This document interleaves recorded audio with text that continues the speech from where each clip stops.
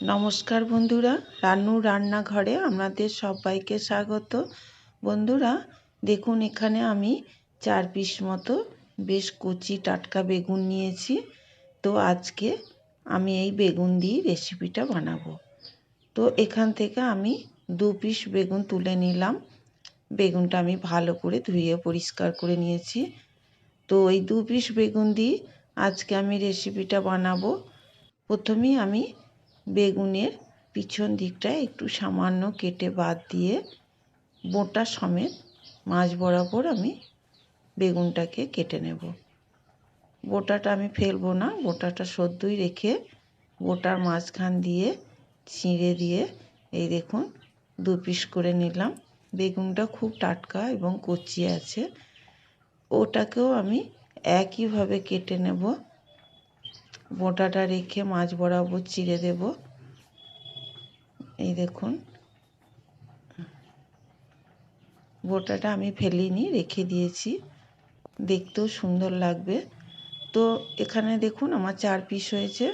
এইবার আমি এর মধ্যে একটু সামান্য লবণ দিয়ে দিলাম, আর দিয়ে দেব একটু হলুদ। লবণ আর হলুদ দিয়ে বেগুনটাকে খুব ভালো করে আমি মাখিয়ে নেব। তো বন্ধুরা, আমি এখানে 2 পিস বেগুন দিয়ে করছি, কারণ 2 পিস বেগুনই আমার হয়ে যাবে, আর বেশি আমার লাগবে না। তো আপনারা চাইলে আরও 2-4 পিস বেগুন বেশি দিয়ে দিতে পারেন। দেখুন আমি মাখিয়ে রেডি করে রেখেছি। এবার একটা মশলা আমি রেডি করে নেব। তো আমি এই বাটির মধ্যে নিয়ে নিলাম সাদা আর কালো 2 রকমই সর্ষে মেশানো 1 চামচ সর্ষে, 1 চামচ সাদা তিল, আর দিয়ে দিলাম 1 চামচ পোস্ত, দিয়ে দিলাম 2টো কাঁচা লঙ্কা, আর একটু সামান্য লবণ দিলাম। এই মশলাটাকে আমি শিলনোড়াতে ভালো করে বেটে নেব।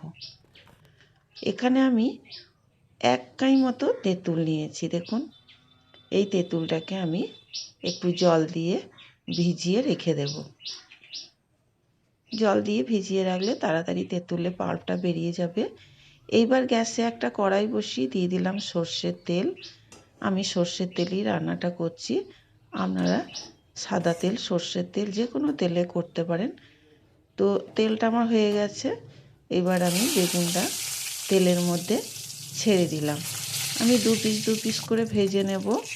তো বন্ধুরা, এখানে একটা কথা আপনাদের বলি, বেগুন ভাজার সময় কখনোই এই যে দিকটা খোসা আছে তার অপর দিকটা আগে দেবেন না। খোসার দিকটা প্রথমে তেলের ওপরে দিলে কি হয়, তেলটা কম টানে। তো দেখুন, বেগুনটাকে আমি উল্টে পাল্টে বেশ লালচে করে ভেজে নিয়েছি, কিন্তু ঢাকা না দিয়ে বেগুনটাকে ভেজে নিতে হবে। তো 2 পিস ভাজা হয়ে গেছে, ও 2 পিসও আমি ভেজে নিয়েছি। এবার ওর মধ্যে দিয়ে দিলাম সামান্য একটু তেলের মধ্যে কালো জিরে, একটু হলুদ গুঁড়ো, আর একটু কাশ্মীরি লঙ্কার গুঁড়ো, আর একটা ছোট সাইজের টমেটোকে আমি পেস্ট করে রেখেছিলাম, টমেটোটা ওর মধ্যে দিয়ে দিলাম, দিয়ে একটু নাড়াচাড়া করে দিলাম তেলের সাথে। এইবার আমি ওর মধ্যে দিয়ে দেব যে তেঁতুলটা ভিজিয়ে রেখেছিলাম, সেই তেঁতুলের পাল্পটা জলে গুলে ওটাকে দিয়ে দিলাম। এইবার সব একসাথে ভালো করে নাড়াচাড়া করে দিলাম।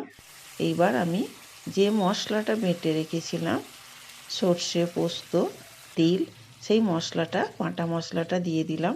মশলা ধোয়া জলটা দিয়ে দিলাম, আর একটু জল দিয়ে দিলাম। এবার সব একসাথে ভালো করে নেড়ে দিলাম। এইবার আমি ওর মধ্যে দিয়ে দেব স্বাদ মতো লবণ।